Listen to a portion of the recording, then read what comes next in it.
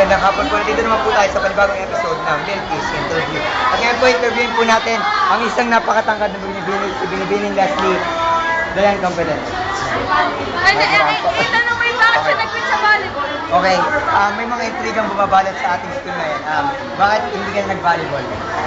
Kasi iba na yung teammates. Iba na yung teammates. Okay. Pangalawang tanong, pabor ka ba na si Tisay? Na si Tisay ay naging Miss Senior, pabor ka ba dyan? Oo. Kung hindi man si Tisay ang nanalo, sino sa tingin mo dapat nanalo? Si Aneka. Ako. Si Aneka. Si Aneka. Si Aneka po ang kanilang opinion. At tanongin po natin ang ibang... Tina, pabor ka ba na si Tisay ang naging Miss Senior? Yes, ako. Okay. Bakit? May boyfriend ka na ba? Meron na. Meron na. Nobby, pakita mo si Nobby. Nobby! Nobby! Pakita mo. Crush ni Jeremy. Nobby, nalulungkot ko.